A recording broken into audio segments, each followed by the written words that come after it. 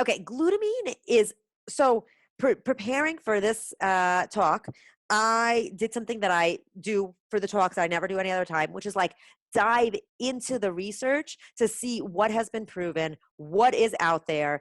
And I came out of putting together this talk basically being I don't use enough glutamine and I don't use enough melatonin because there are so many studies on glutamine and melatonin for the GI.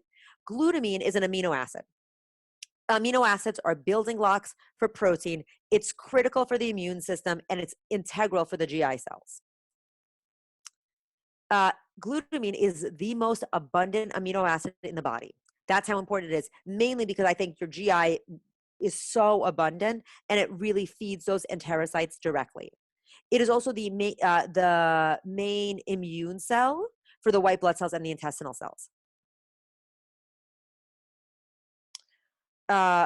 So enterocytes, what makes them so cool is they are the only cell in the body that eat from two sources. Every other cell in the body eats from your red blood cells, right? So it eats from, the way it works is, I think I did this last time, you have arteries become arterioles become capillaries become venules become veins, right?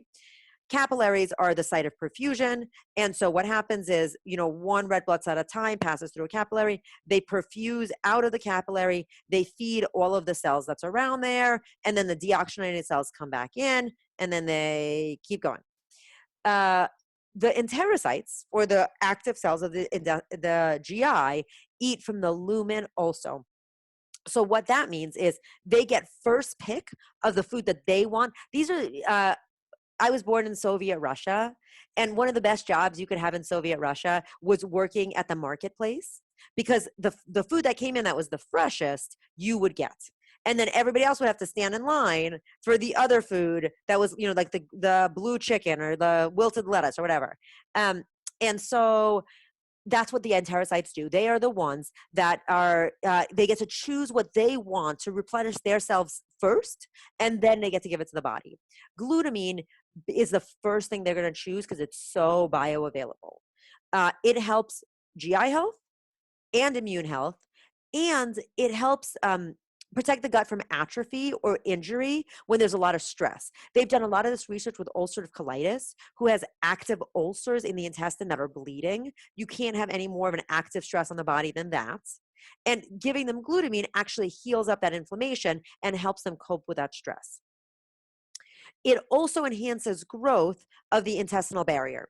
So the enterocytes and the villi, glutamine helps that regrow and stay together. And I was giving a talk at the Crohn's Colitis Foundation about a month ago now to a bunch of patients, and they one of the patients there was really progressed in her disease, and she was like, the one thing I noticed a difference with immediately, more than her biologics, more than the steroids, was her glutamine.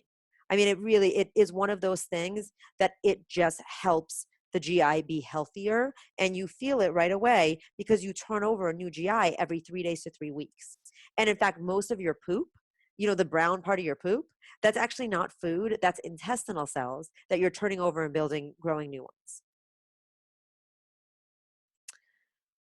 ones. Glutamine is fuel for the intestinal sites. It pushes them to grow. It pushes them to proliferate. It repairs the barrier.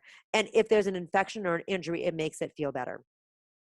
The other thing that glutamine is amazing for, is cognitive function and brain. Mainly because the healthier your GI is, your GI makes 95% of the hormones that go up to the brain. And so if you decrease inflammation, it really helps cognitive function.